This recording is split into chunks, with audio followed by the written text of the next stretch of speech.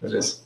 Então, de novo, o que eu queria fazer é a parte da transformada de Fourier, mais um exemplo, que é um exemplo interessante, porque a gente precisa realmente comparar o que é feito na FFT, no pacote numérico de transformada de Fourier, e o que é feito na conta, na teoria, né, que a gente costuma usar.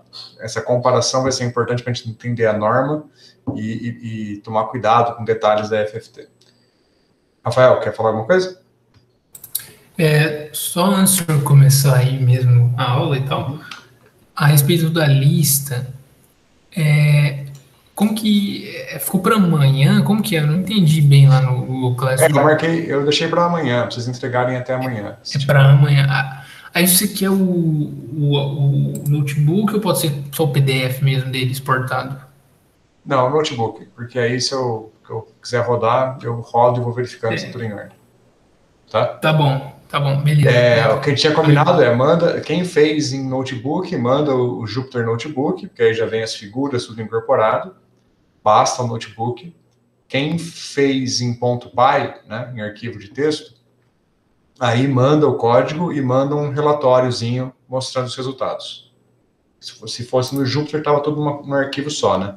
Mas se rodar num .py, tem que salvar as figuras externamente e mandar as figuras num relatóriozinho, tá? Não é um relatório, tá? É só para organizar as figuras mesmo, para ter uma sequência lógica, ok? Às vezes eu deixo uns comentários para eu não me perder no código, tem problema ou... Não, vontade, pode deixar. É bom que eu me ajude a fazer a correção também, tá? Beleza. Alguém vai mandar sem ser no Jupyter? Todo mundo em Jupyter? Eu vou mandar no Jupyter. Tá. Então tá, no Jupyter é mais fácil, que já vem tudo incorporado, tá? Eu acho, uma coisa que eu acho que eu mencionei, mas é bom insistir. O Jupyter é fantástico para incorporar tudo numa coisa só, mas para projetos grandes, é melhor a gente fazer num .py separado e importar o .py. Não sei se vocês sabem fazer isso. Ao longo do curso, a gente vai alternando umas aulas de física mesmo, e eu dou um conteúdo ou outro de Python mais específico para a gente aprimorar o uso do Python. Aí, como criar módulos e importar módulos externamente, eu falo sobre isso mais para frente, tá? Que é importante para vocês, por exemplo, sei lá, você tem dá um exemplo bobo aqui, você implementou sua própria versão do Runjikuta, que não é prático porque o SciPy tem uma versão muito melhor, mas só para dar um exemplo, né? Então você tem a sua versão do Runjikuta e você quer usar essa versão em vários projetos. Então você cria um módulo e importa esse módulo, como se fosse importar num Py, só que você importa o seu próprio módulo. E aí reutiliza ele em vários projetos. Para fazer isso, o módulo tem que estar no arquivo .py. E aí bem mais organizado você fazer isso. Então, tipicamente, a maneira com que eu trabalho, eu tenho os meus módulos principais implementados em .py, coisas que eu uso com frequência, ou às vezes que eu não vou usar com frequência, mas que é um código mais extenso, eu deixo num módulo separado. E no Jupyter, eu só faço a execução. Defino os parâmetros, rodo e faço as figuras. Né? O grosso do código, a parte numérica mesmo, pesada, está num arquivo .py separado. Tá? Em geral, é mais eficiente fazer assim. Mas depois a gente vê esses detalhes, tá? Eu coloquei a lista para amanhã, caso vocês tenham mais alguma dúvida, tem gente que estava com um pouco mais de dúvida, então se precisar de alguma discussão, vocês podem me procurar até amanhã. Aí depois, semana que vem, é um feriadão, né? Tem um feriado extenso aí até terça-feira, né? E a gente vai ter aula só na quinta, na semana que vem. Então, se a gente tiver alguma dificuldade para entregar até amanhã, quiser trabalhar no feriado, pode entregar depois também, não vou ser muito rígido nisso não. Mas eu já devo passar, no feriado eu vou preparar uma segunda lista para vocês, para a gente continuar a brincadeira, tá? Comecei a preparar ela, mas por causa da minha filha ter ficado gripada, não dei conta de acabar.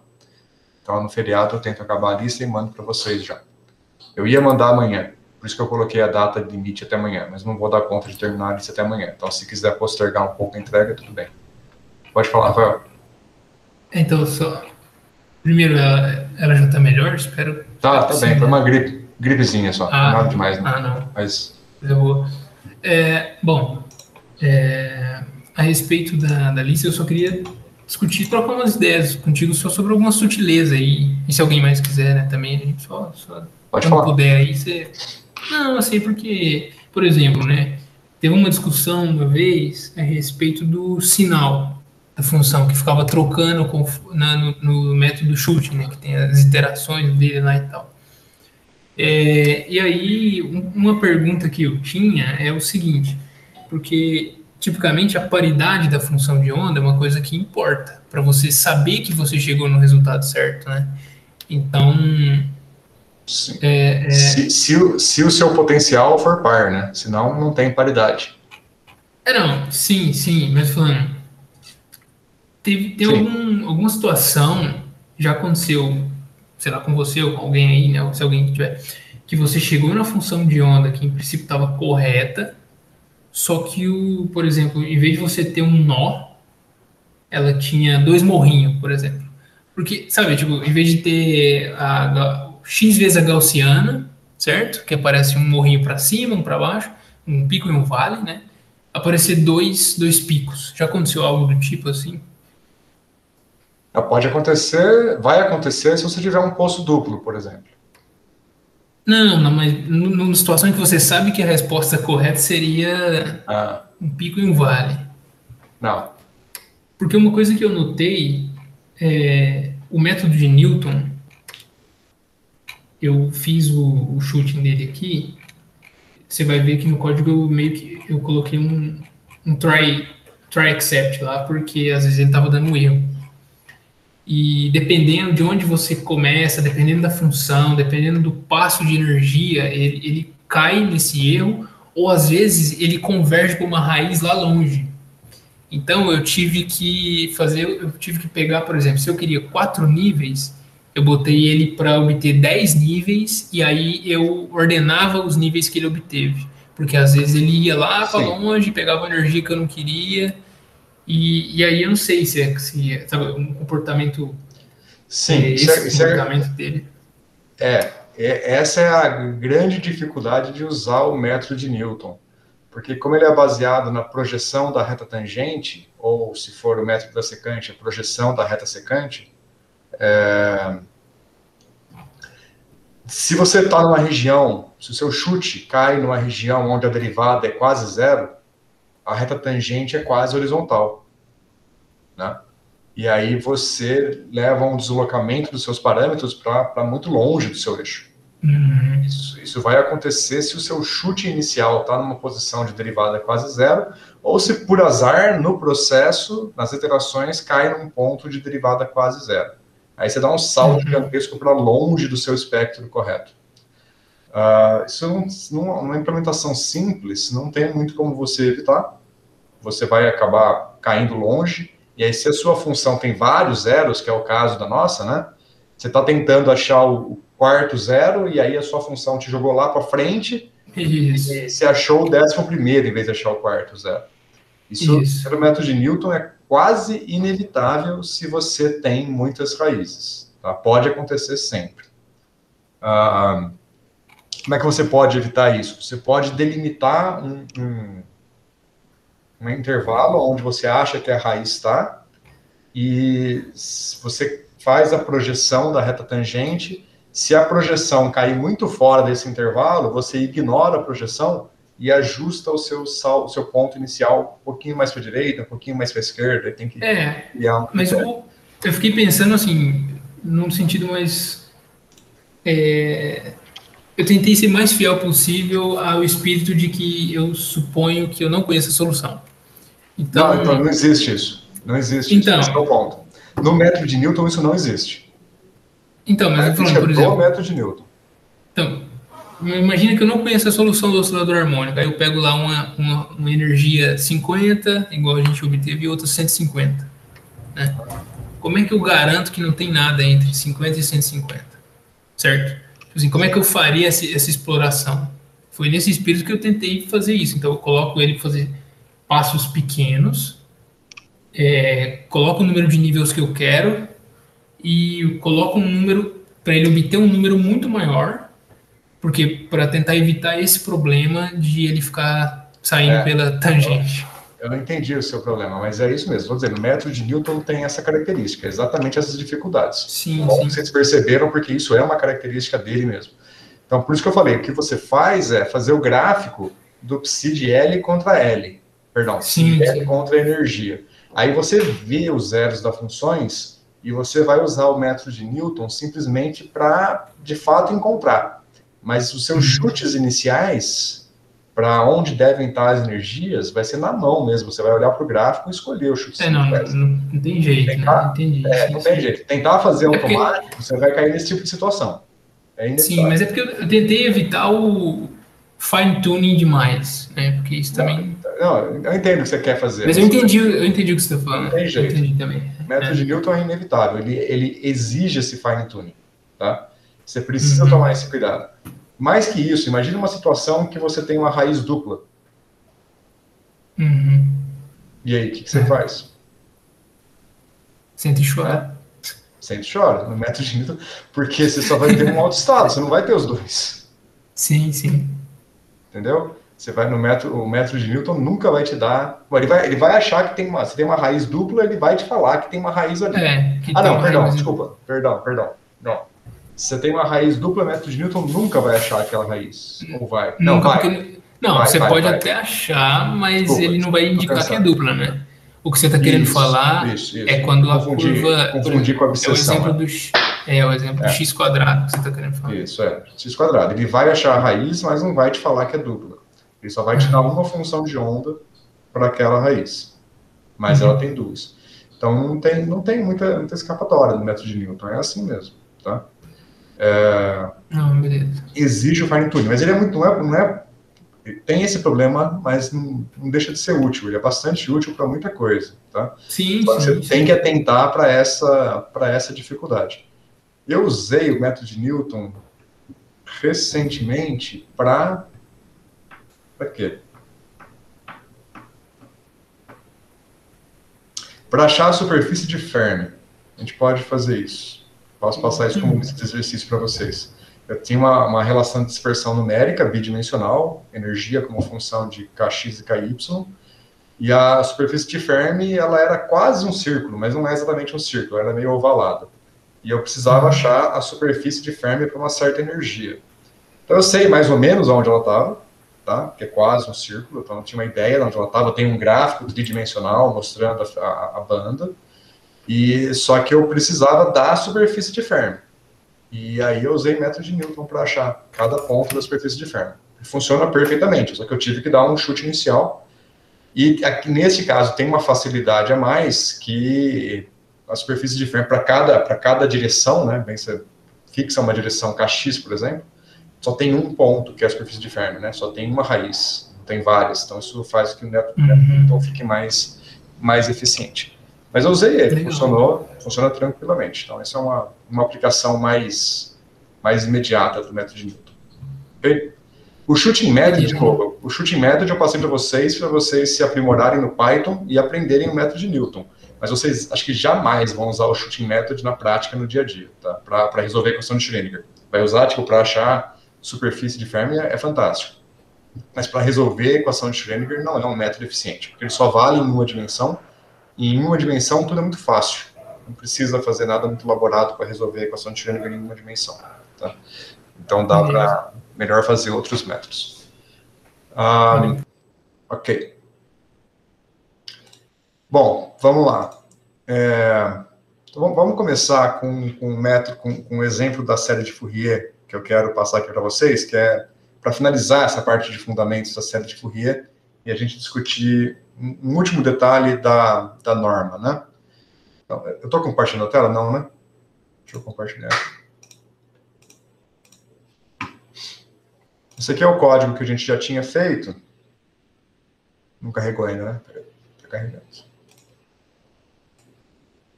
Então, é o nosso código da aula passada. O exemplo do seno está aqui. Só deixa eu verificar como é que estão... Mexeu muito no código, foi e voltou, né? Já está no intervalo de menos π a π. A fase, eu só corrigi a fase lá na gaussiana, né? Não corrigi a fase aqui no seno porque não havia necessidade, né? Aqui na gaussiana que a gente usou a fase para consertar, né? A fase com o ponto inicial lá, com o deslocamento da origem. E o que eu queria chamar a atenção aqui é a norma. Tá? Então eu vou passar 2 exemplos com a norma. Aqui tinha o exemplo da have side, que a gente na discussão acabou fazendo. Eu vou... vou deixar ele aqui, depois eu vou editar, tá? Então, primeiro, vamos verificar essa norma aqui, ó, porque do jeito que a gente construiu a nossa transformada de Fourier, eu esperava que a transformada no espaço K, a intensidade aqui fosse 1, igual a esse cara aqui. Vamos lembrar só uns detalhezinhos, para deixar claro, ó.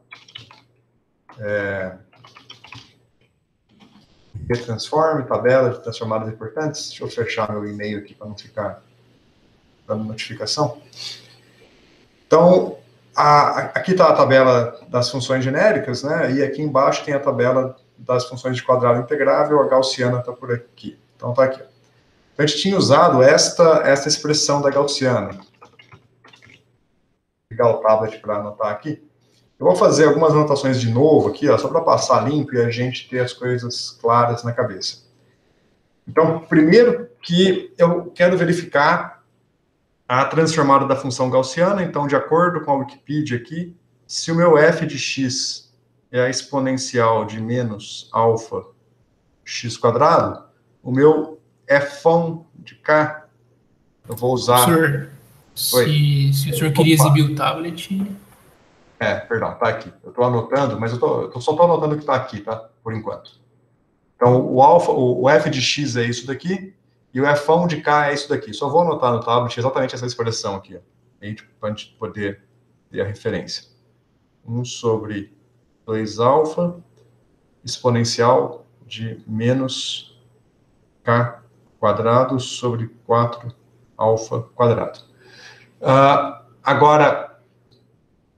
eu vou considerar esse alfa, eu vou considerar uma gaussiana de largura 1. Então, uma gaussiana de largura 1, esse alfa é meio, tá? A gente vai considerar alfa igual a meio. Anotei tudo aqui. Uma última anotação antes de alternar para o tablet é olhar o seguinte, eu estou olhando para essa expressão transformada de acordo com essa coluna aqui.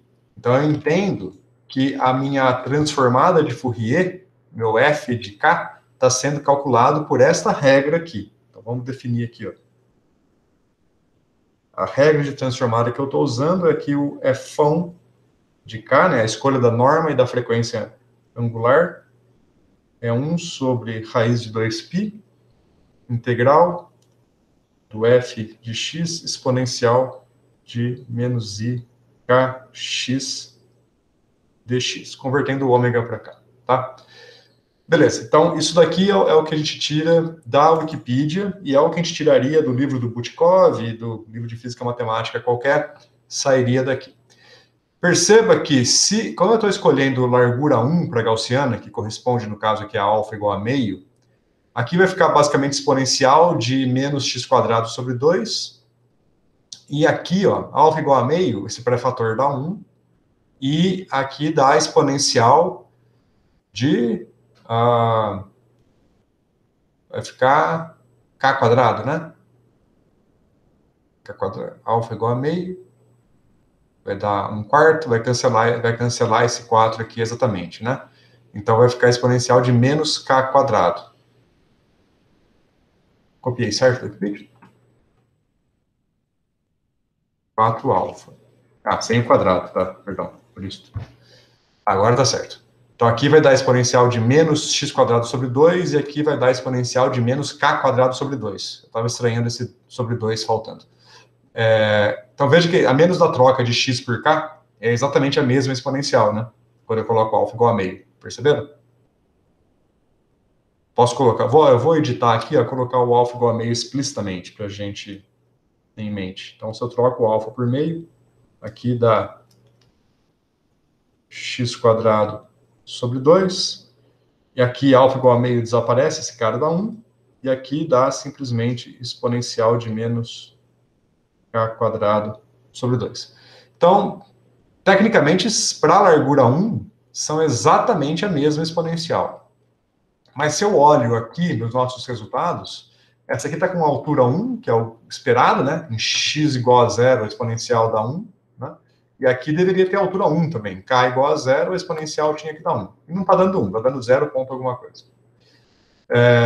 A fase a gente consertou na aula passada. Para consertar a fase, a gente viu que era basicamente aquela propriedade do deslocamento da função, que introduz uma fase na transformada, e aqui já está corrigida.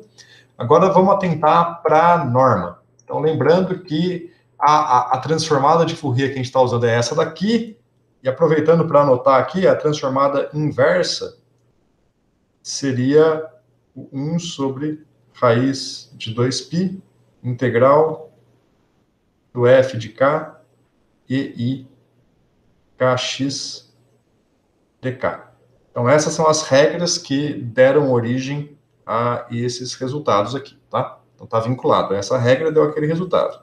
Se eu trocar a norma dessas regras, né, colocar a norma aqui é 1 e aqui é 1 sobre 2π, ou o oposto, vai mudando um pouco a norma desses resultados também. Mas vamos seguir aqui na chamada norma simétrica, para tentar entender, né? O que eu quero chamar a atenção é o seguinte, vamos ver como que a FFT, né, a numérica, faz essa transformação. Se vocês lembrarem, lá do NumPy, a transformada numérica, vamos chamar de Fn, que é a transformada numérica de K. Bom, aqui não ficou bom, né? Vou chamar de um Fnão, porque tem o eninho, que é o eninho faz o papel do Kn, né? Não, vamos fazer assim, vamos fazer uma anotação desse jeito aqui, ó. F enão de numérica na posição, né, na coordenada Kn. Deixar o n explícito aí. Essa transformação, basicamente, é uma, lá no NumPy, ou no FFT, é uma soma em J da função f', vamos usar a mesma notação, f' numérico de xj, coordenada xj, exponencial de menos i kn xj, tá? Aí esse kn xj, quando você escreve explicitamente, né, só para lembrar aqui, deixar assim, o kn xj, a versão explícita dele vai ser o kn n vezes 2π sobre L, né? É n vezes 2π sobre L, e o xj é j delta x. Então, este produto aqui, ó, lembrando que o L é enão vezes delta x, cancela aqui o delta x sobre L, então isso aqui vai ficar 2π nj sobre enão. Enão é o número de pontos, né? Então, essa exponencial aqui, quando você faz essa substituição, você vai verificar que lá na implementação do FFT, que está na documentação do NumPy, por exemplo, é exatamente esse termo que aparece aqui na exponencial. O que está faltando aqui é a norma. Então, lá no NumPy, a gente tem 3 possíveis normas, né? Você tem a norma forward, a norma backward e a norma ortho. Vamos tentar deixar genérico aqui. Então, essa aqui é a transformada para frente, né? A transformada de x para k é a para frente. Então, se aqui fosse a norma forward, iria aparecer o 1 sobre n aqui, tá? Vamos deixar genericamente isso aqui como sendo 1 sobre n, que é o número de pontos, e vamos colocar uma potência qualquer aqui, eu vou chamar essa potência de P de potência, tá? Então, se for a norma forward do NumPy, a potência é 1. Se for a norma backward, a potência é 0. Se for a norma ortho, a potência é meio, tá? Então, vamos deixar aqui, ó. Então, no forward, a potência P vai ser 1. No backward, a potência P vai ser 0, e no ortho, a potência P vai ser meio. Então, isso aqui é o que está lá na documentação do NumPy.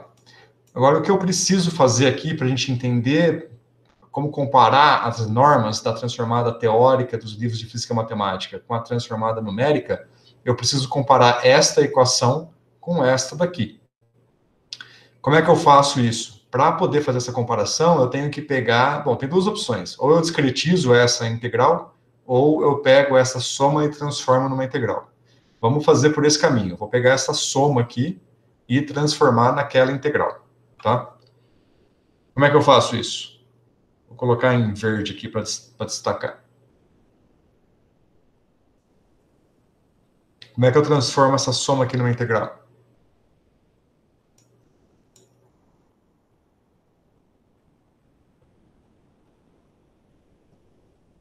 Vamos lá, cálculo 1. Qual é a definição de integral em termos de uma soma discreta? Pessoal, vocês estão comigo?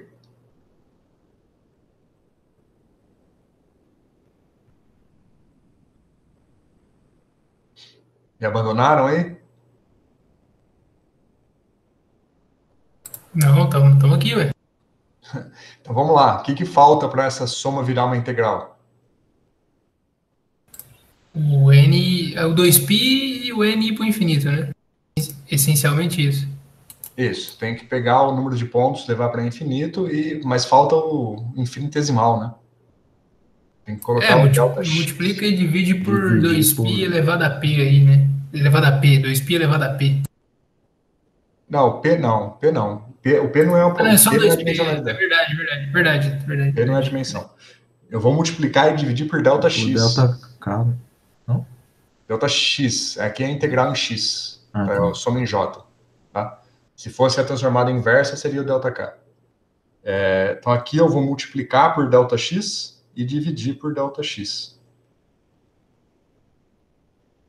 Ok?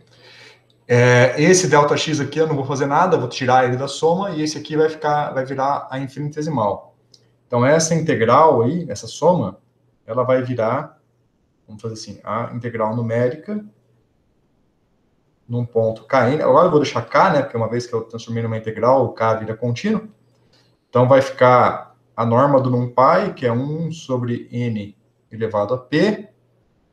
O delta x saiu aqui para fora, né? Então 1 sobre delta x. E aí o que sobrou aqui é a própria integral, que é a integral do f. Aqui eu posso deixar... vamos deixar fn, só para diferenciar uma coisa da outra. Exponencial de menos i, kx, dx. Certo? Fiz a conversão. Bom, o que a gente pode fazer agora? Agora eu olho para esta integral aqui, e agora eu posso comparar diretamente com isso daqui. Então, está faltando um fator 1 sobre raiz de 2π aqui, né? Ou posso pegar o seguinte, a integral, só a integral, sem pré-fatores, só a integral é 2π vezes o f exato, certo? Então, eu vou trocar esta integral aqui, e vou chegar no seguinte, isso aqui vai ser 1 sobre n a p, 1 sobre delta x, aí a integral vai ficar raiz de 2π vezes o f exato de k. Certo? Então veja que na minha comparação entre a transformada discreta da FFT com uma norma, com alguma dessas normas aqui, e a transformada exata, que lá na Wikipedia, ou nos livros de física e matemática, eu tenho esse pré-fator adicional aqui, ó, todo esse pré-fator aqui, para poder fazer a comparação direta de uma com a outra. Tá? Vamos só inverter a relação, em vez de escrever o Fn em termos de F, eu vou inverter, quero escrever o F em termos de Fn. É isso? Deixa eu ver como é que eu quero fazer, perdão. Isso, Vamos escrever o F em termos de Fn. Então, F exato de K. Vamos passar tudo multiplicando aqui, então vai ficar N a P delta X sobre raiz de 2π vezes o Fn de K. Então, a princípio, essa é a relação que eu queria para a transformada direta. Tá? Para a norma bater certinho, eu tenho que fazer esta correção da transformada numérica, tenho que pegar a transformada numérica e multiplicar por essa norma para que ela bata com as expressões que estão lá na Wikipedia. Vamos verificar? Então, vamos lá. Eu vou deixar aqui lado a lado agora. Vamos tentar fazer essa correção aqui. Aí coloca no braço ou tem uma... No braço, essa é no braço. Essa é no braço. Deixa eu só aumentar aqui a fonte para a gente ter a referência. Então, vamos lá. Estamos aqui no exemplo da gaussiana. Aqui a gente definiu um parâmetro como sendo a fase, vamos definir um outro parâmetro como sendo essa norma. Bom, vamos escolher uma norma aqui, a norma do NumPy, né? Para escolher a nossa potência P. Vamos pegar o P igual a 0, que seria a norma backward, tá? Só para facilitar a vida por enquanto. Aí não aparece esse N aqui. Então, vou colocar o backward. Aí o P é 0.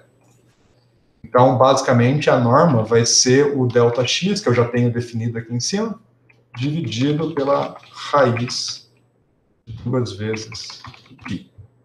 Então, eu vou pegar a transformada de Fourier, que está aqui, e vou multiplicar pela norma, por essa norma. Vamos ver o que vai acontecer agora com a transformada. E executar. E não deu certo? Ou eu fiz errado alguma coisa? Deveria ter ido para 1 aqui hoje. Norma, dx sobre raiz de 2π, backward. Norma. Vai, eu fiz isso ontem e deu certo. Perdão, o L. O L estava meio. Igual.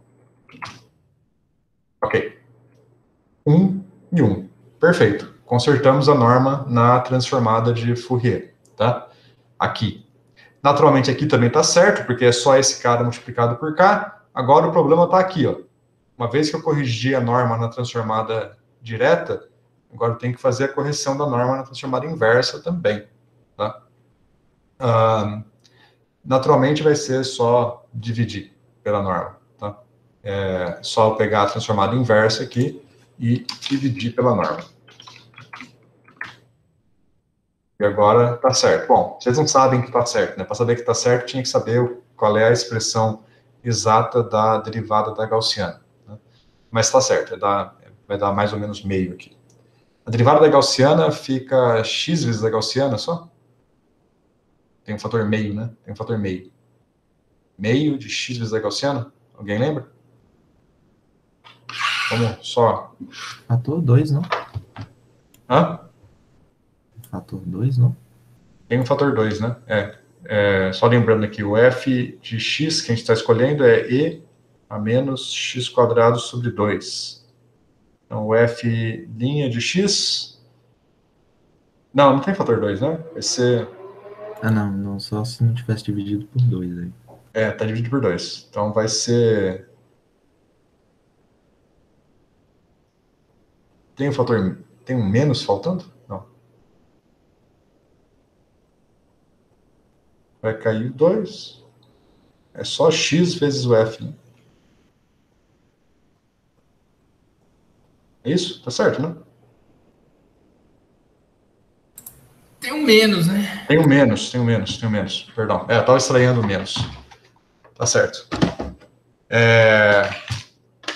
Eu tava olhando para cá, vendo que era positivo esse lado aqui, e tava achando que não devia ter o menos, por isso me confundi, mas é que o x é negativo também, né? Então aqui dá positivo.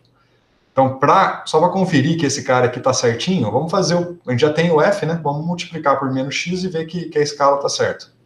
Então a gente pode comparar aqui, ó.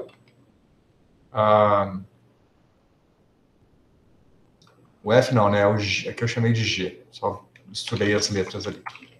Eu vou pegar o G, que é a nossa gaussiana original, só plotar ela para a gente ver, ó. Então, a nossa gaussiana original está aqui. Eu vou multiplicar ela por x, menos x, para a gente ver que tá aí, ó, a escala está certinha. em torno de menos meio a meio, é a intensidade da escala aí. Então, consertamos a norma corretamente, tá? Então, aqui a gente fez a brincadeira na transformada direta, e multiplicou a transformada direta pela norma, mas na inversa é realmente só o inverso, tá? Vai aparecer exatamente o mesmo fator, só que no denominador.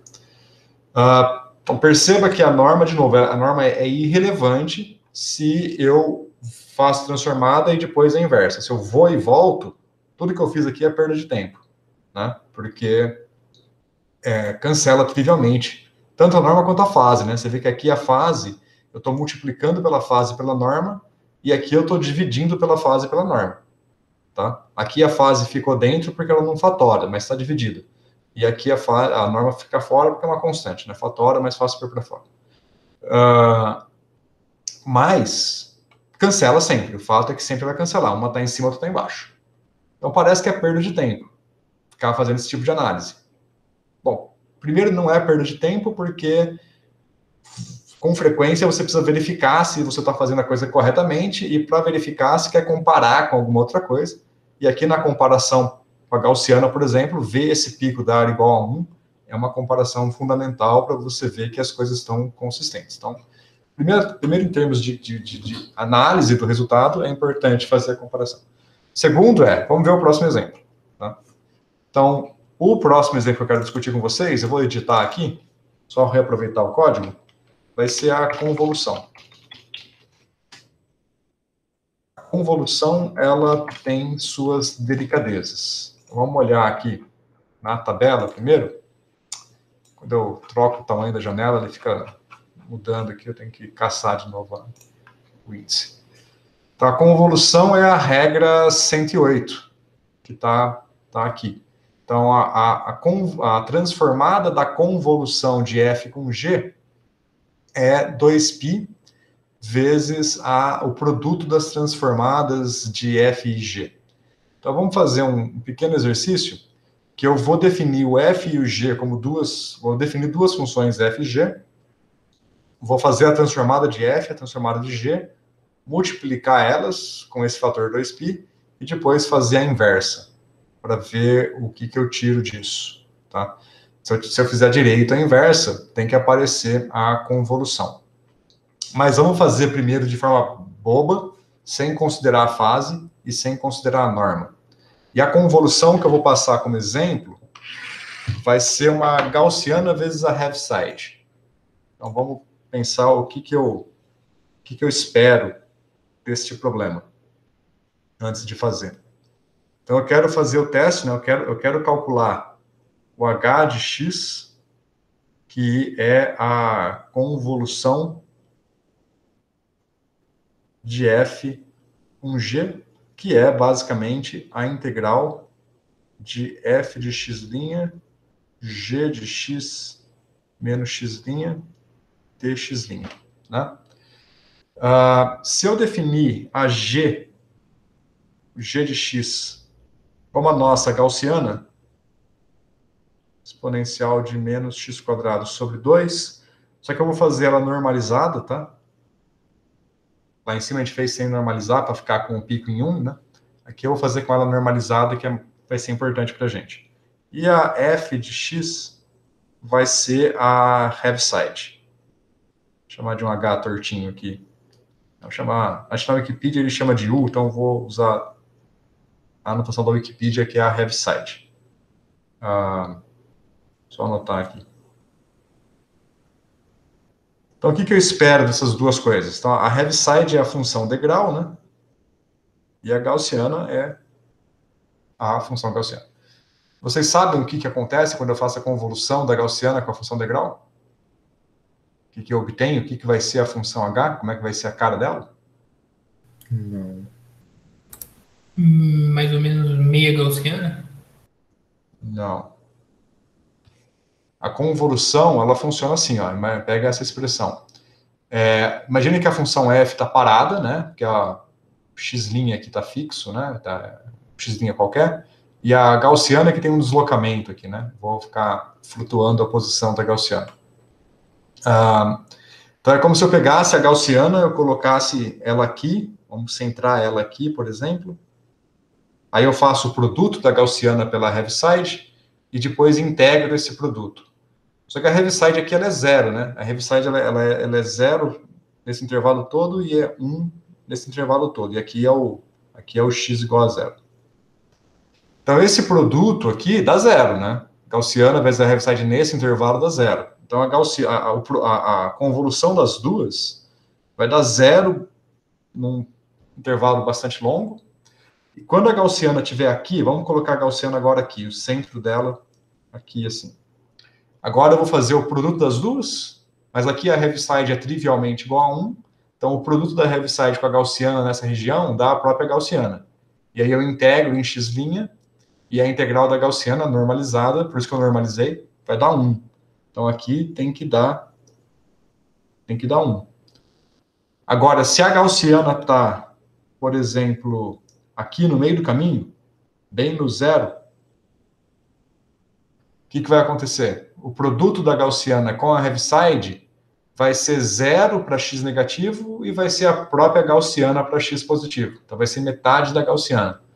E a integral da metade da gaussiana vai dar meio. Então, aqui vai dar meio. Tá? E se você pegar qualquer outro ponto, pensa na gaussiana se deslocando em torno da Heaviside, você desloca e integra, desloca e integra. Então, à medida que a gaussiana vai entrando aqui na barreira da Heaviside, a integral vai crescendo. Então, o que você deve obter é uma Heaviside suavizada, quando você faz a integral. Tá? Só que, como a gente vai fazer isso via transformada de Fourier, essa Heaviside ela vai ser periódica, né? Então, na prática, a nossa Heaviside não é bem uma Heaviside, é uma Heaviside periódica. Então, ela faz isso aqui, né? Essa é a nossa Heaviside. Como consequência, aqui na beiradinha, ela vai estar suavizada também. Eu vou ver uma suavização aqui e vou ver uma suavização aqui também.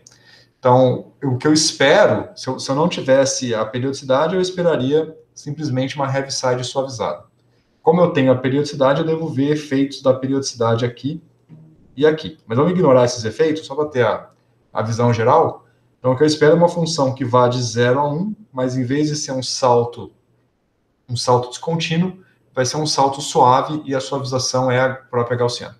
Tá? Bom, beleza. Então, isso é o que eu espero. Agora, vamos ver o que a gente vai obter fazendo uma implementação sem cuidados, sem tomar cuidado com nada.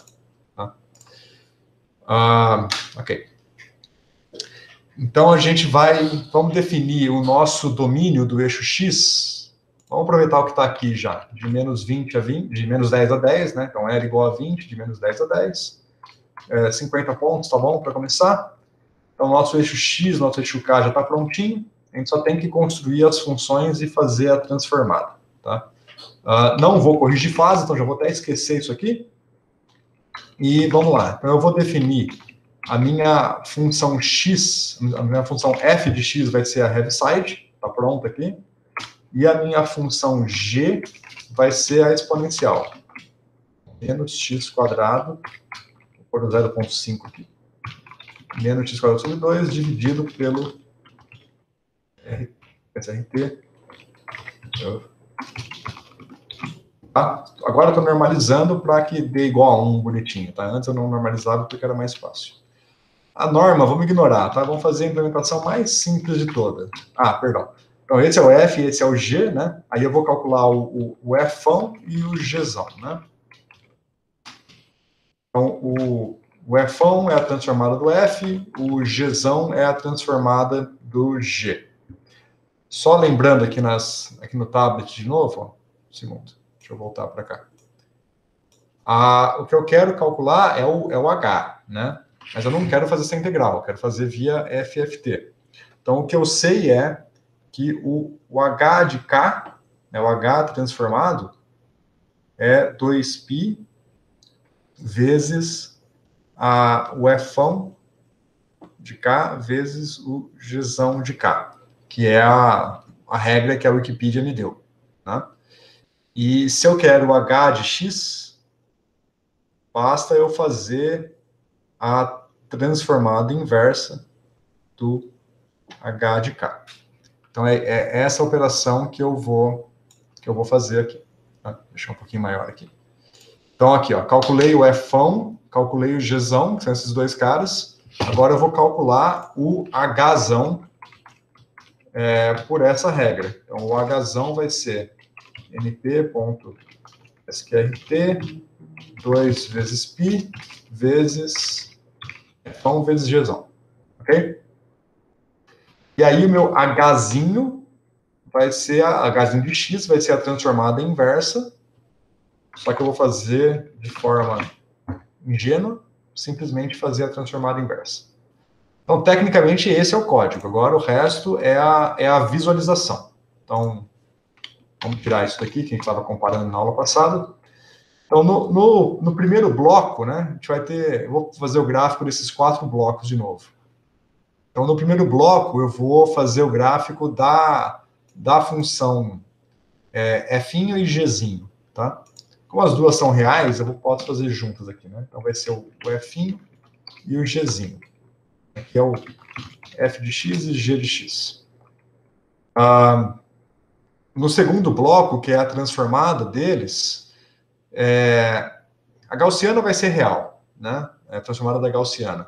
E a transformada da Heaviside, acho que pode ter parte imaginária. Então, só para simplificar a minha vida, vamos plotar o módulo das transformadas. Então, é o módulo da transformada de f e o módulo da transformada de g, só para ficar fácil de identificar. Então, aqui eu estou fazendo o gráfico do Fão, do módulo de Fão de K e do módulo de Gzão de K. Vai ser o segundo bloco. Isso. O x-limit já está aí. Né? Bom, deixa aí, depois a gente edita se precisar. E aí, no terceiro bloco, que é o resultado final, né, eu quero fazer o gráfico do meu resultado, que é o H, o Hzinho. Então, aqui eu vou fazer o gráfico do Hzinho, parte real e parte imaginária. Né, é o Hzinho. E no bloco quarto bloco, que é o do cantinho de baixo, né, vamos fazer o gráfico do Hzão. Tá? Então, aqui é o Hzão de K. Beleza. Deu pau por causa de alguma parte, alguma coisa que é complexa aqui. O que é complexo que eu estou ignorando? O F e o G são reais. Aqui eu pus o módulo, aqui eu pus o real imaginário, aqui eu pus o real imaginário. O que ele está reclamando que é complexo?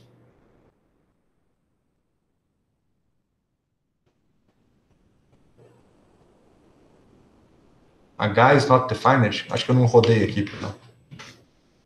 Desculpa, eu não tinha rodado.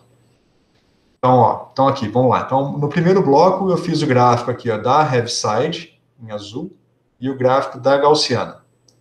Aí, a transformada da gaussiana está aqui em laranja, é outra gaussiana, tá bonitinha. E a transformada da Heaviside é algo um pouco mais complicado. Tem esse bando de pico aí, mas vamos assumir que está certo. Tem a questão da fase e a questão da norma, mas fora isso, está certo. Aí eu faço o produto das duas funções e eu obtenho aqui o H de K, que é o produto de F e G vezes raiz de 2π. E desse produto eu calculo a inversa e obtenho isso. Olha lá, é uma função de grau suavizada. Deu certo? Compara com o esperado aqui.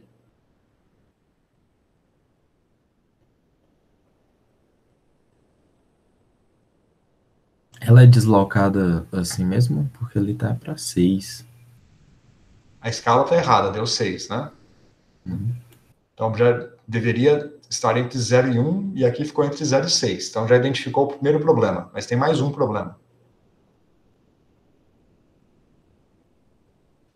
Qual é o outro problema? Só lembrar que aqui, como eu falei, né, na beiradinha vai ter uma suavização por conta da periodicidade. Então, o resultado esperado mesmo é isso aqui. Tá? 0 e 1. O que mais está errado?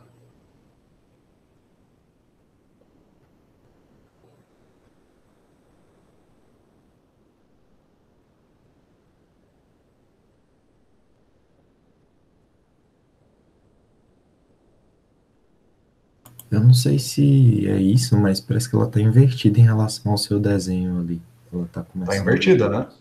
O meu está indo de 0 para 1, e aqui está indo... Bom, a norma está em 6, mas vamos pensar, está indo de 1 para 0, né? Está invertida. Perceberam? Então, o que está errado? Tem duas coisas erradas, né? O que será que é? Bom, como eu disse, a gente fez tudo da forma mais ingênua possível, né? Defini a minha função f, minha função k, e segui a regra aqui à risca, simplesmente chamando os comandos trivialmente, né? Aqui. FFT de f, FFT de g, para obter o fão e o gzão. Fiz a composição deles para obter o h, está aqui, e chamei a inversa para obter o hzinho. Então, tecnicamente, essas 4 linhas que estão aqui correspondem exatamente a essas regrinhas aqui que a gente definiu pela teoria. O problema é o seguinte, eu falei, insisti várias vezes nas últimas aulas e agora há pouco, que se eu faço a transformação, pego uma função, faço a transformada dela, manipulo a transformada e volto, se eu vou e volto, não tem problema, tanto a fase quanto a norma cancelam. Então aqui a gente viu isso, né? Aqui a gente está consertando a fase e a norma, então eu vou, manipulo e volto, e a fase e a norma cancelaram. Então, se eu pegar esse problema aqui da gaussiana, ó, vamos lá de novo, só rodar aqui para ter em mente. Então, aqui é gaussiano, deu certo. Se eu não faço a correção da fase da norma, ó, vamos lá, eu vou comentar aqui e rodar sem a correção da fase da norma. Então, comenta aqui, então, sem a correção da fase, sem a correção da norma. Então, o mesmo problema, mas sem corrigir. Aí o que acontece? Olha, aqui a fase está aparecendo nas oscilações, a norma dá para ver que está indo até quase 6 aqui, deveria ir até 1. Então a fase e a norma estão erradas. Mas o resultado final está certo, porque a fase e a norma cancelaram quando eu fui e voltei. É isso que eu insisti várias vezes. Então aqui eu não me importei nem com a fase nem com a norma. Não precisava me importar. Agora aqui deu errado. Eu fui e voltei e o resultado não deu o esperado. Então, o que eu estou querendo dizer é que aqui a fase e a norma estão sendo importantes. A norma está sendo importante porque está dando 6 e não 1. E a fase está ligado com a inversão, com a reflexão aqui que está errada. Por que neste caso a fase e a norma são importantes e no outro não?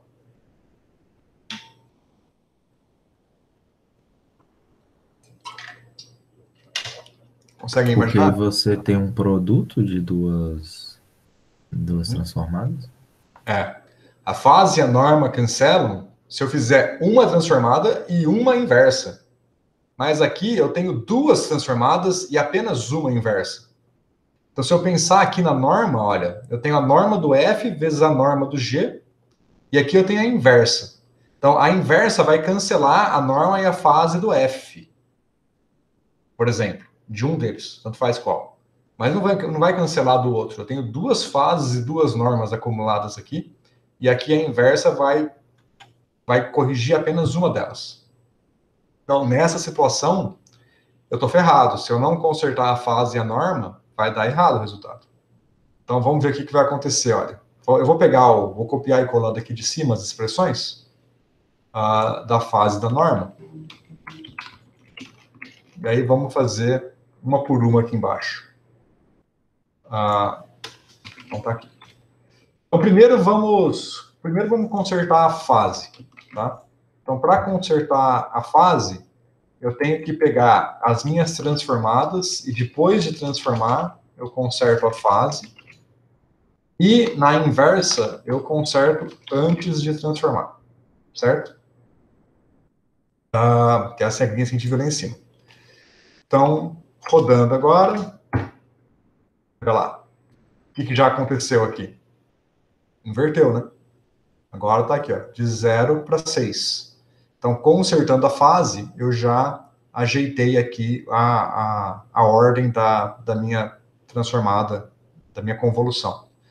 Mas a norma está errada ainda. Então, agora, vamos lá, vamos consertar a norma. Então, para consertar a norma, a mesma coisa. Eu vou multiplicar as transformadas por essa norma corrigida e a inversa eu vou dividir pela norma. Só tomando um cuidado que essa norma que a gente fez aqui, a gente escolheu o P igual a 0, que era a opção do backward, né? Então, tem que carregar aqui o backward também. Senão vai dar errado, tem que considerar, para o backward, tinha que considerar P igual a 1. Então, aqui eu vou colocar a norma backward em todos eles. E, olha lá, fantástico. Norma está indo de 0 a 1, né? E o sentido da heaviside está correto. Sacaram? Perfeito. Perceberam a importância dos detalhes, né? Então, o que eu queria mostrar para vocês era realmente como a transformada de Fourier é cheia de pegadinhas, a transformada discreta, e você precisa conhecer essas pegadinhas para não fazer besteira. É muito difícil você saber de antemão no seu problema se você precisa ficar corrigindo norma e fase, ou se elas vão se cancelar toda vez. Ô, professor, isso é uma... Desculpa. Isso é uma peculiaridade da gaussiana e da heaviside, ou toda vez que tiver convolução tem que tomar esse cuidado? Convolução. Se tem convolução, você vai ter que fazer isso. Tá? Mas não só convolução. Em cada problema que você for aplicar a transformada de Fourier, você tem que atentar para esses detalhes, fazer alguns testes para verificar se as coisas estão sendo consistentes ou se você pode estar perdendo alguma norma, alguma fase no procedimento. Rafael, pode falar. Professor, não sei se o senhor já falou disso, mas esses notebooks que o senhor usa nas aulas, eles vão ficar disponíveis em algum lugar para referência futura? A princípio, não, mas eu posso mandar para vocês. Eu não costumo colocar tudo, não. Mas eu mando. Esses mais elaborados... Essa parte de transformação de Fourier eu gostaria, se o senhor não se importasse, seria muito bom. Sim, eu mando. Eu vou... eu estou sem tempo de organizar a página do GitHub. A princípio eu colocaria lá. Essas coisas são coisas que eu vou preparar como notas de aula na minha página. Mas durante a pandemia eu desisti. Não dá. Tá? Eu preciso de tempo e isso meio que elimina. Quando as coisas voltarem ao normal, isso aqui tudo vai virar notas de aula na minha página. E aí vai estar as figuras e tal. Mas só depois que as coisas se regularizarem um pouco. Trabalhar em casa está acabando com o tempo livre. Mas eu mando para vocês esse daqui por enquanto, tá? Eu mando todas as notas de aula que vocês acharem que tem um conteúdo que eu preciso mandar, porque tem coisas bem delicadas, me dá um toque que eu mando sim, tá? Então essa aqui, acabando a aula, eu mando. Beleza? Ok. Muito obrigado. Tranquilo. Bom, dessa parte era isso que eu tinha para dizer. E só para chamar a atenção, aqui eu estou usando a convolução para dar o exemplo, mas não é só quando tem convolução que isso pode acontecer, tá? A gente começou com exemplos em que eu começava no espaço X, ia para o K, manipulava o K e voltava para o X. Então, quando eu faço isso, praticamente a convolução acho que deve ser o único exemplo que vai realmente afetar tão drasticamente a norma e a fase. Agora, quando você vai fazer um problema mais prático, pode ser que você faça a transformada direta de X para K na mão, no papel, né? E você vai fazer a manipulação, vai pegar uma expressão analítica do espaço K, vai fazer a manipulação dessa expressão analítica numericamente, você vai implementar, sua implementação vai começar escrevendo a expressão no espaço K no computador, no Python, né? Transformando ela numa expressão numérica, e aí você vai fazer a manipulação do espaço K numericamente, e no final você vai fazer só a inversa numericamente, tá? Isso pode acontecer. Você faz uma parte da conta analiticamente, e a outra parte numericamente, porque não dá para fazer analiticamente, por exemplo. E aí nesse processo você vai cair numa situação em que você vai fazer só a inversa numericamente. E aí você pode ter um problema de compatibilidade. As escolhas de fase e de norma que você fez na conta analítica no papel para fazer a transformada direta tem que ser compatíveis com a fase e com a norma da inversa numérica que você vai fazer no Python ou em qualquer outra linguagem, tá? E aí você pode ter esse problema de novo, de tornar essas duas coisas compatíveis. Sacaram? Então, cuidado com não achar que os exemplos que eu estou passando é a história completa. Você vai ter sempre peculiaridades quando for trabalhar com isso no mundo real, tá?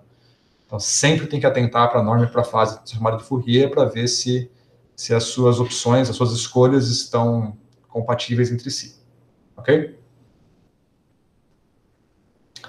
Bom, antes de eu trocar de assunto, alguma dúvida aqui, gente?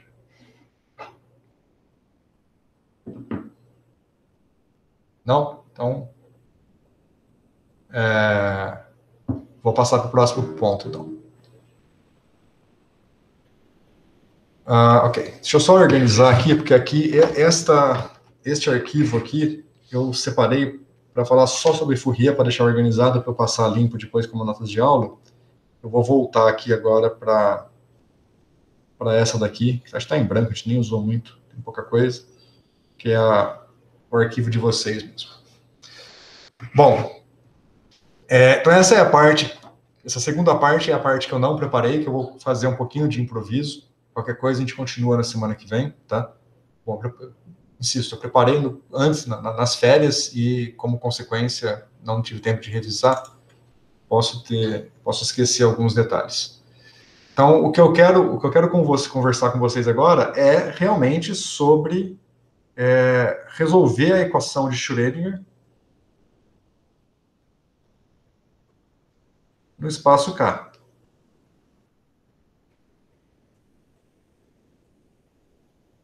Certo? Fazer realmente a transformação.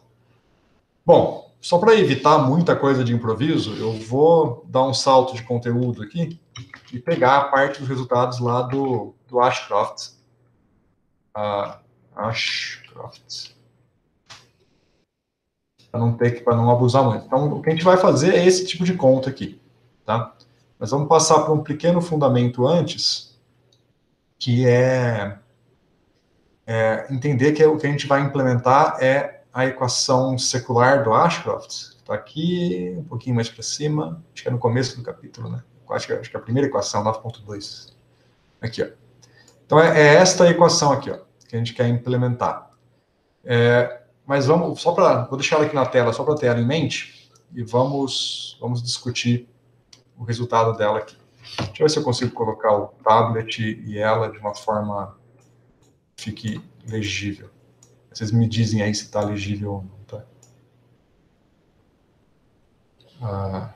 O tablet fica quase metade se eu faço isso aqui. Bom, tá aqui. O máximo que eu vou alternar é entre essas duas aqui, ó, a função de onda, né, um ponto K, e a equação de Schrödinger. Então, vamos lá. Então, vamos considerar trivialmente que o nosso hamiltoniano é simplesmente p² sobre 2m mais um v de x. Eu vou começar em uma dimensão, depois a gente muda para n dimensões, tá? E aí eu quero resolver o problema, que é h psi de x igual a energia E psi de x. Só que eu quero fazer isso no espaço K. Como é que a gente vai fazer isso? Bom, o truque é você considerar esta expansão das ondas planas, tá? Essa expansão aqui ela tem algumas delicadezas. Então, você vê que o que está escrito aqui no Ashcroft é que o psi de R expandindo em torno de um ponto K é a somatória em casão, C de casinho menos casão, exponencial de casinho menos casão, escalar R, tá? Então, eu estou pegando aqui, a expansão é para um ponto K qualquer, e eu tenho que somar nos pontos casões. O que é isso daqui? O que está aqui por trás é coisas que eu estou assumindo que a gente já estudou em estado sólido, na graduação e na pós também, que aqui de trás tem dois conceitos. Tem o conceito da periodicidade, toda função periódica pode ser expandida como uma base de ondas planas, que seria o casão aqui, tá? A gente viu isso na nossa discussão sobre a série de Fourier. Então, se a função é periódica, ela pode ser escrita como uma exponencial de I casão R, ou I kx. A gente usou casinho até agora, vamos usar casão para ser compatível com o Ashcroft, né? E o casinho que aparece aqui é porque a função de onda, ela não é uma função periódica em si, ela é periódica menos de uma fase, que é a fase de Bloch. Eu tenho duas coisas, o casinho é a fase de Bloch e o casão é a fase da periodicidade, né? Perceba que eu posso fatorar esse cara aqui, ó, vamos só passar limpo aqui no tablet que fica mais claro. Eu vou reescrever essa equação no tablet, só que perceba que a soma é em casão. Então, o casinho eu posso tirar da soma. Tá? Então, eu vou fazer basicamente a minha expansão na forma psi casinho de x vai ser... Então, vou fatorar aqui um termo e casinho... Eu vou trocar o r por x só para facilitar a nossa anotação, tá?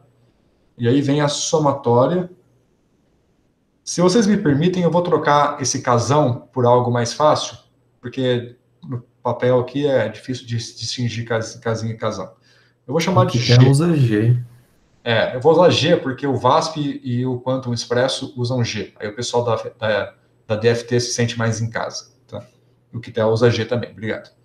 Então, G, e aí aqui fica C de K, casinho menos G, exponencial de menos I GX. Tá? Esses Gs vão ser basicamente os pontos gama do nosso espaço recíproco. Então, você percebe que aqui, ó, essa somatória fatorada é uma função periódica, né?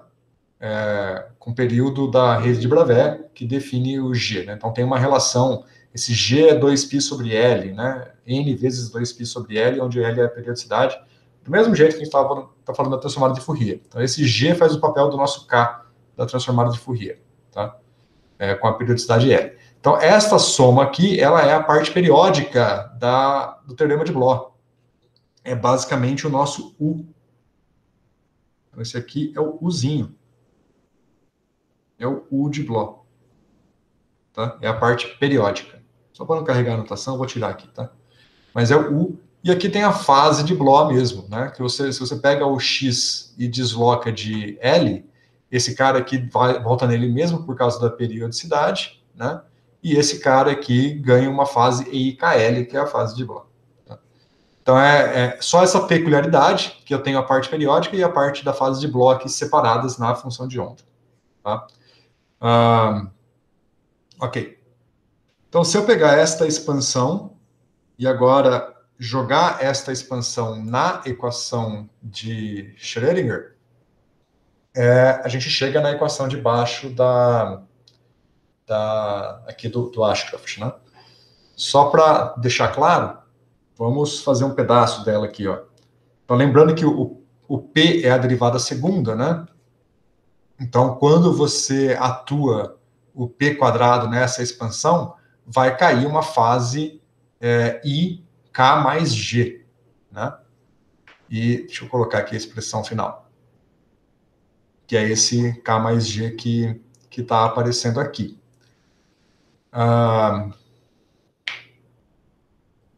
Isso. Só ver se eu tenho algum detalhe mais delicado que eu tenho que passar. Não. Ok. Essa é a parte que eu preparei antes do curso e estou fazendo de improviso, tá? Posso esquecer algum detalhe aqui. Bom, então se eu aplicar este H na função de onda dada por este cara aqui, bom, vamos fazer uns pedaços aqui. Então, a primeira parte, a derivada segunda, vai cair simplesmente o IK mais G. Estou com dúvida nos sinais aqui, se está tudo correto. Tem um sinal menos faltando. Acho que ele fatorou esse sinal menos nessa expressão, isso que eu não me lembro agora de cabeça. Porque vai ficar I quadrado, que vai dar menos 1, né? Mas com... tá faltando um menos aqui. Não, tá certo. Eu acho que ele cancela com o sinal de fora e esse menos já é do próprio menos GX ali. Não, tá certo, tá certo. Aqui vai ter um I com um I, vai ter um menos. Isso, tá certo. Tá certo. Não vai fatorar, não tem um sinal faltando, não. Então vai ficar, vamos lá, o comecinho vai ficar igual tá no Ashcraft aí, né? Então vai ficar H barra quadrado sobre 2m, Kzinho mais G ao quadrado. Essa energia fica lá do lado direito, eu não vou deixar do lado esquerdo não, vou deixar para lá. E aqui vai... Não. K menos G, não? K menos G, não? Menos G, obrigado. K menos G. Tá, então cai a derivada segunda, cai esses caras aqui e repete a própria função de onda, né? Porque é só a derivada segunda. Então aqui fica, vou deixar por enquanto o próprio psi k de x, né? E o termo de potencial, ele não faz nada, é simplesmente o v de x vezes o psi k de x igual a e psi k de x. Bom, agora o que eu preciso é usar ortogonalidades das ondas planas para excluir essas exponenciais, né? E obter aqui uma equação para os coeficientes Cs, igual tá aqui dentro.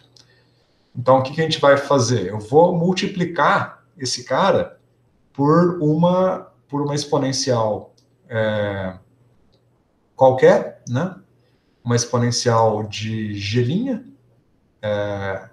e fazer a integração, certo?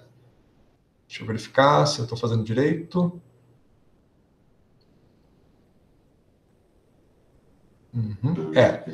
Bom, tem uma passagem aqui que é mais delicada. Acho que eu deveria ter escrito essa função de onda de uma forma explícita, mas acho que vocês acompanham. Se não acompanharem, vocês me avisam. Se eu colocar essa expressão aqui, vocês percebem que a fase EIKX cancela em todos os termos? Essa aqui eu não posso cancelar porque tem uma somatória, mas sim, a fase EIKX, como está fatorada, ela cancela em todos os termos depois de tomar a derivada, né? Então sobra só a fase em G. Ok. Então, se eu pegar esta equação aqui e integrar ela inteira, multiplicando ela por uma exponencial de mais I G' x dx, tá? Isso, eu vou pegar essa equação inteira e multiplicar por este objeto. Então, vai aparecer lá nas tantas, vai aparecer este fator aqui, né? Que vai entrar aqui, multiplicando I menos I gx. E aí a gente precisa usar quem é esta ortogonalidade. Essa ortogonalidade vai dar uma delta de Dirac e vai ter um fator 2π na frente. Lembra que eu tinha esquecido desse fator 2π algumas aulas atrás, lá nas anotações da transformada de Fourier? A gente costuma esquecer esse fator 2π porque ele é importante, mas nesse tipo de conta ele desaparece, porque vai aparecer esse fator 2π em tudo quanto é canto. Então vai cancelar esse fator 2π. Tá? Eu nem lembro se é 2π ou se é raiz de 2π, mas acho que é 2π, né? Então essa integral aqui, ela dá 2π... Ah, não, desculpa. Eu estou viajando. Essa integral aqui é a integral discreta, né? Eu estou integrando só de 0 a L. Não é a delta de Dirac, é a delta de Kronecker. Se fosse de Dirac, teria o fator 2π. Então, aqui, na verdade, quando G for igual a G', a integral dá L. Quando G for diferente de G', dá 0. Então, esse cara aqui, na verdade, dá L vezes a delta G'. Tá? Mas essa delta eu só vou conseguir aplicar neste termo aqui e neste termo aqui. Certo? Neste daqui eu não consigo aplicar por causa do V. Isso. Então vamos manter aqui. Então, aplicando esta regra aqui, se não, alguma coisa não der para acompanhar, de novo, me avisem, tá? Aqui vai ficar H barra quadrado sobre 2m, K menos G ao quadrado. E aqui vai aparecer esse fator L delta, né, que vai estar acompanhado deste objeto aqui, que vai selecionar, da soma em G, vai selecionar o G'. E vai ficar o L e vai sobrar lá. Vamos carregar esse L por enquanto. Então, vai ficar aqui L, coeficiente,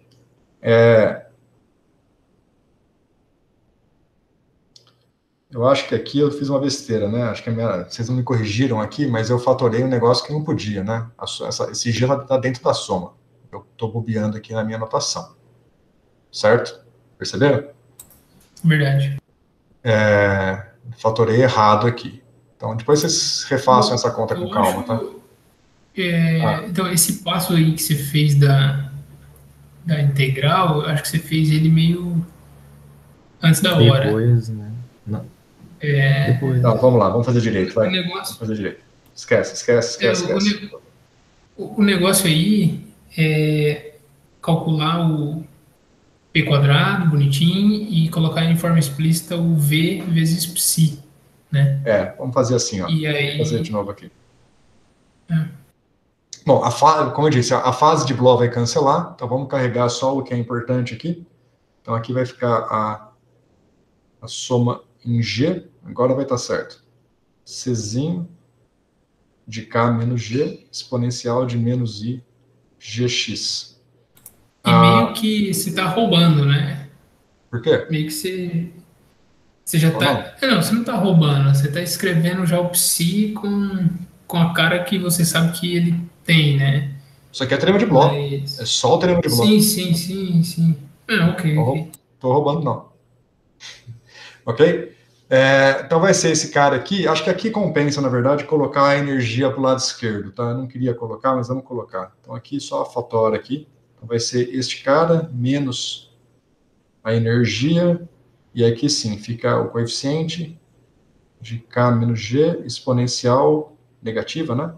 Menos I Gx, mais, agora sim, a soma em G, termo do potencial. V de X. Vou só inverter a ordem aqui. Deixar o coeficiente para fora aqui. K menos G. Isso aqui igual a zero. Agora sim, agora eu posso usar a ortogonalidade, então eu vou multiplicar, vou integrar em dx e multiplicar por i. Vamos fazer assim, vamos chamar essa soma de g', fica melhor. Tá? Por g' na soma inteira, que a vida fica mais organizada. E aqui eu vou colocar o g, integral de gx. E aí eu uso a ortogonalidade, que a integral de i g menos g' dx é L vezes a delta de Kronecker, desde que eu integre de 0 a L, né? Essa integral é de 0 a L. Ok, então este objeto aqui eu vou usar, então essa ortogonalidade eu posso usar aqui, e aí a gente vai tirar que isso aqui é h barra quadrado sobre 2m, K, agora da somatória, estou selecionando o g' igual a G, menos E, carrega aqui o colchetes, C, K, menos G.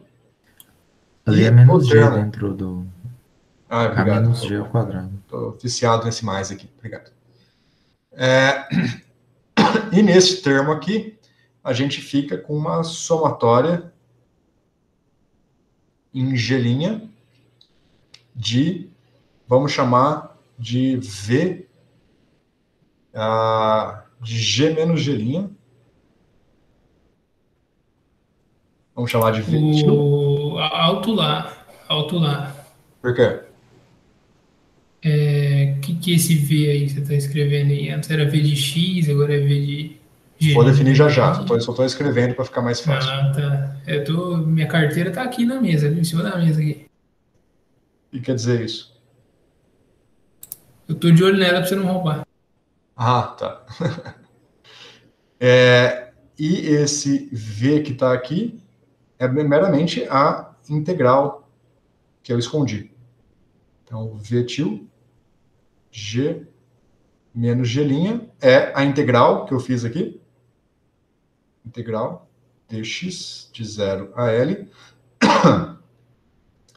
exponencial de I, Gx, V de x exponencial de menos I, G' x.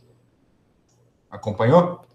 Este cara aqui, ó, que já está aqui, e a integral que eu fiz está aqui. E, obviamente, é o coeficiente fatório, porque não depende de x. Pois na integral só o que depende de x. Certo? E isso é exatamente o que está aqui no Ashcroft-Murray. Beleza. Me enrolei um pouquinho por não ter tido tempo de revisar, mas é isso. Esta é a equação. Só dar uma reorganizada nesse V de G menos G'.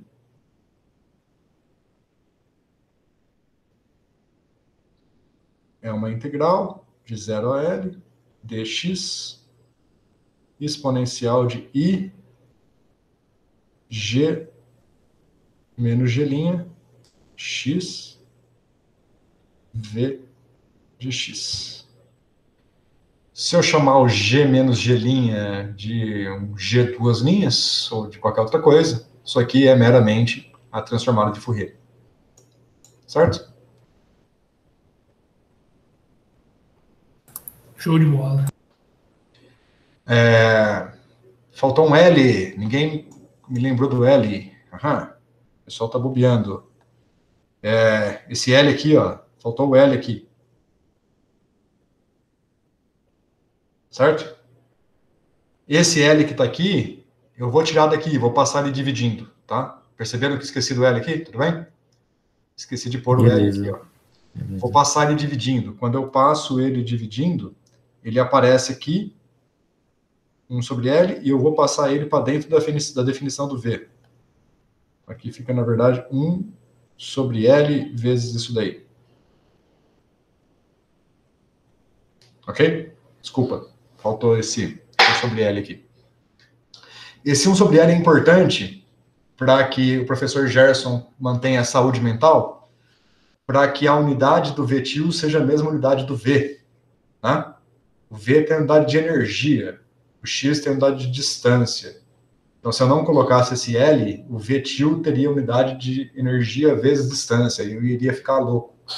Então, um dx sobre L cancela as unidades de distância e sobra que a unidade do Vtil é igual à unidade do V. Então nesse caso aí, você vai utilizar uma norma que não é assimétrica por um bom motivo, né? Por um ótimo motivo, exato. Mas essa daqui é a parte analítica, né? Agora, quando você for fazer a parte numérica, você tem a norma do NumPy lá também, que é o 1 sobre N, que não interfere em unidade, mas interfere na escala dos números, né? Então, toma cuidado. Tem a norma analítica, que eu não vou usar a assimétrica, vou usar essa, e tem a norma do NumPy. São duas coisas. Então, tem que tomar esses são as peculiaridades e os cuidados da transformada de Fourier. Mas, na teoria, eu quero usar isso daqui para manter a sanidade mental das unidades, poder fazer análise dimensional a qualquer momento, certo? Senão, você ferra com a sua análise dimensional, né? Sacaram? Bom, qual é o passo agora? O passo agora é pegar esse brinquedo aqui e resolver no computador, tá? Então, a primeira coisa, tem várias dificuldades para fazer isso. Uma delas é como organizar essa transformada de Fourier, porque é uma transformada de Fourier de G menos G', e não é isso que o NumPy vai fazer, né? O NumPy vai fazer uma transformada de Fourier de K, aí você tem que associar esse K a um G menos G', e você tem que escrever este objeto aqui no computador matricialmente. Isso aqui é uma equação matricial, vocês percebem? Isso aqui tem cara de um produto matriz vezes vetor. Não sei se vocês percebem, mas só para chamar a atenção aqui antes de encerrar, vou pôr aqui do lado, ó. Como é que você faz um produto, vamos pegar aqui uma matriz A11, A12, A21, A22 e assim por diante, vezes um vetor V1, V2, tarará. Como é que é esse produto aqui? Matriz vezes vetor vai dar um vetor, né? como que é o primeiro elemento desse vetor? Trivial, né? Linha vezes coluna. Não?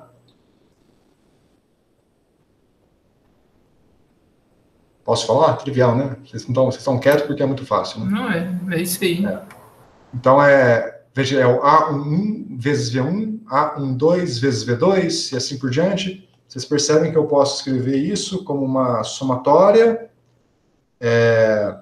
de A, I, J, VJ e somar em J. Isso aqui seria para linha I, né?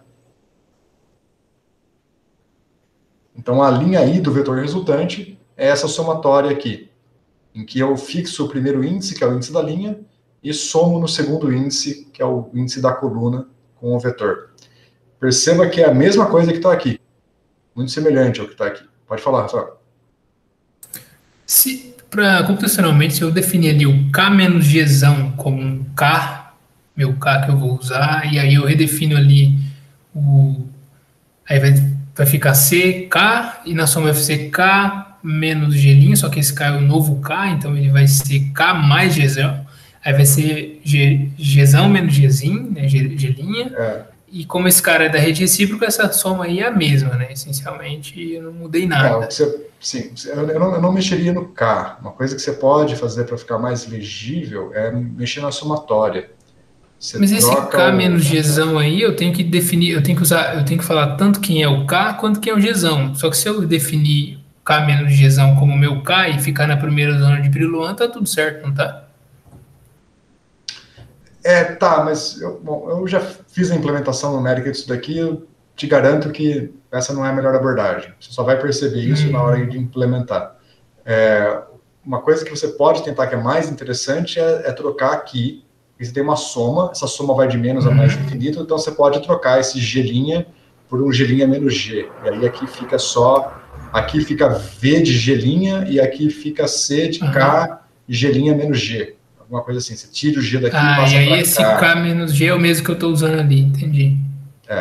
Aí dá para você manipular um pouco. Mas, de novo, eu fiz essa implementação mais de uma vez na minha vida, fiz nos cursos da graduação, quando eu trabalhei na minha formação, e fiz aqui de novo para vocês e tal. E, na prática, o que está aqui já é a melhor forma. Tá? Eu nunca consegui... Já fiz as manipulações todas que você está falando, e nunca ficou melhor do que isso daqui. Tá? É que eu não lembro muito bem dessa conta aí. Eu não lembro muito bem dessa conta aí faz um tempinho já, que eu vi a última vez. Mas eu lembro que tem cheio de sutilezazinhas aí. O K tem que ficar aqui. Então... Tem sutilezas mesmo, mas de fato essa estrutura que está na tela é a melhor já. Tá? Eu tentei fazer tudo isso, trocar essa somatória aqui, tentei trocar esse índice também, para tentar organizar melhor os vetores, e nunca ficou melhor do que o que está aqui. Mas para perceber isso mesmo, é só na unha mesmo. Tentar fazer a implementação, que aí vai começando a ficar claro que de fato seguir essa regrinha aqui já tá ótimo. Mas cada um tem o seu jeito de pensar. Então, de repente, para você, parece mais fácil de outro jeito do que para mim. Mas é equivalente. O que eu quero que vocês façam agora? A gente não vai de cara fazer a implementação, não, tá? A gente tem um feriadão aí, então vamos dar uma descansada. Quero que vocês recapitulem um pouco o que está aqui. No Ashcroft, ele só vai fazer a conta para matrizes 2x2. Em algum lugar aqui. Ele escreve uma matriz 2x2. Porque tem que truncar a soma em algum momento, né? Tá aqui. Ele faz a matriz 2x2. Não está na forma matricial, mas está quase, né? Um pouquinho mais, você transforma isso numa matriz. Eu acho que ele nunca escreve a matriz explicitamente. Não, escreve aqui, ó. Tá aqui, a matriz 2x2. Então, eu queria que vocês pegassem esta expressão aqui e tentassem pensar na forma matricial genérica, no papel, sem programar nada. Simplesmente escrever no papel como que é a estrutura matricial, como que é a diagonal e como que é os termos fora da diagonal que vão reproduzir esta matriz aqui. Isso. E aí, na semana que vem, a gente continua a discussão. Então, dá um tempinho para vocês tentarem se virar. Eu acho que em outros livros, que vocês encontram parte da resposta. Eu realmente não tive tempo de olhar tudo, mas vamos olhar rapidinho aqui. Não sei se no Quitel tem. Alguém está com o Quitel aberto aí? Fácil. Eu acho que eu estou com o Quitel aqui, não tenho certeza. Não, eu estou sem o Quitel aqui. O Simon eu não conheço muito bem. Ele está aqui porque o pessoal fala muito bem dele, mas eu não estudei por ele, então não conheço tanto ele. O Marder é um livro que eu gosto muito, mas esse trecho eu nunca olhei no Marder, sempre olhei no Ashcroft. Dá uma olhada.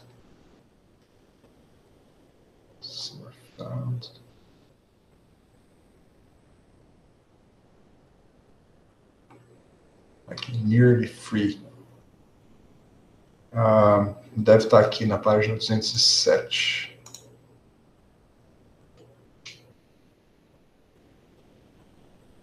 Essencialmente a mesma equação, tá? Você queria usar Qzinho, porque ele tem... Pessoa de bom gosto, Marder, não vai usar K e K para não confundir a leitura. Vamos ver se ele faz o favor de escrever a matriz para vocês terem uma referência. A matriz 2×2 igual ao do Ashcroft. Aplicação no caso bidimensional, zona de Brillouin. Acho que não.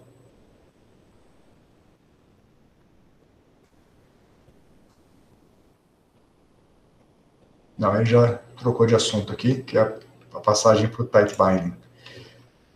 Eu acho que nos livros vocês não vão achar a forma matricial explícita. Eu tenho ela explícita nas minhas notas de aula, tá? De estado sólido, mas nos livros mesmo eu não lembro de ter achado, na verdade. Quando eu preparei as notas a primeira vez, eu lembro que eu não achei.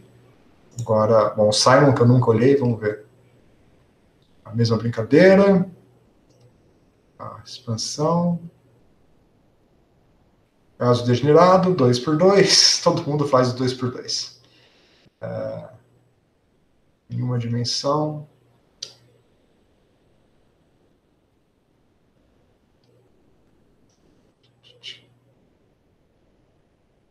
Duas, 3 dimensões. Acho que o que está aqui é praticamente uma cópia do Ashcroft-Murray. Acho que o problema é esse. Todo mundo copia o Ashcroft-Murray e só melhora a discussão, mas é o mesmo conteúdo do Ashcroft-Murray. Eu acho que eu vi isso em algum livro de DFT. Eu não sei se foi o Provavelmente, no de DFT deve ter. Verdade, que é a parte numérica, né? Martin. Se eu não me engano, foi. Não tenho certeza. Boa. Vamos ver. Aonde será que seria?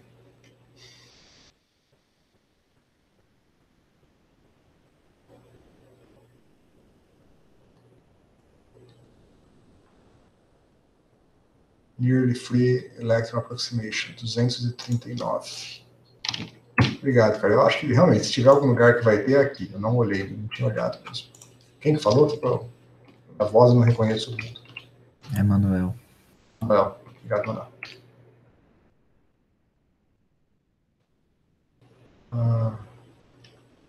Então, vamos ver. O que temos aqui? Está parecido, uma notação um pouquinho diferente, mas essa aqui é a mesma equação. Teorema de Bloch. Nearly Free Electron Approximation. Então, aqui é com potencial igual a 0. Form factors. E aqui está indo para a direção de tight binding. Bom, nesta sessão, não. Eu vou dar uma olhada melhor, se eu achar eu mando no Zulip. Sim, por favor. Se alguém achar, todo mundo pode dar uma procurada, se achar em algum livro, dá um toque para os outros. Aqui vai para diferenças finitas. Não está com cara que vai mostrar, não. Pode ser que esteja em outro capítulo mesmo. Pode ter uma parte mais... talvez ele vá para algum ponto que ele vai começar a parte numérica, e talvez lá na parte numérica ele entre mais em detalhes. Aqui, full calculations, de repente está por aqui. Bom, mas vamos encerrar.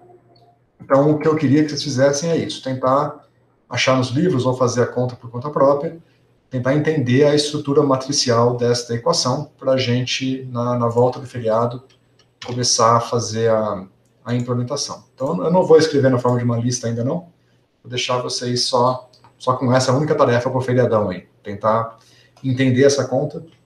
Refaçam as contas que eu fiz aqui, talvez, está gravado no vídeo, né, então vocês podem só ir acompanhando se quiser, mas são fáceis, né, então, acho que deu para acompanhar aqui na discussão. Então, só escrevam essa matriz na mão e quem for conseguindo, manda lá no Zulip para eu ver que está certo. Então, aí a gente volta para discutir como fazer a implementação, analisar as normas, como organizar isso daqui para que a conta dê certo. Ok? E é isso, gente. Então, até semana que vem. Qualquer dúvida, fico mais um minutinho. Bom Valeu. final de semana e bom feriado, pessoal. Um abraço. Isso pode me ajudar com o negócio da lista? Rapidinho. É aquele negócio do critério que eu mandei mensagem ontem. É verdade. Então, o critério, se você não conseguir bolar nenhum critério, tudo bem. Eu discuto depois de corrigir a lista de todo mundo. Mas o critério que eu sugiro você faz o gráfico da energia, a energia como função da iteração, aí você vai ver a energia convergindo, né? Chegou a fazer isso já? Sim, fiz. Tá. Você vê que a energia vai convergindo. Agora, para você fazer um critério de parada automático, o que eu recomendo você pega, salva essas energias, você tem uma lista com essas energias, né? Digamos que essa lista tenha, sei lá, 1000 valores, 1000 passos, tem 1000 iterações ali. Então, você pega, aí você pode escolher um número, vou chutar aqui, pega as últimas 100 iterações. Então, você pega o final da lista, as últimas 100 energias. No Python isso é fácil, que você usa o índice negativo, né? Então, você vai do índice menos 100 até o último. Sabe fazer isso? Sim.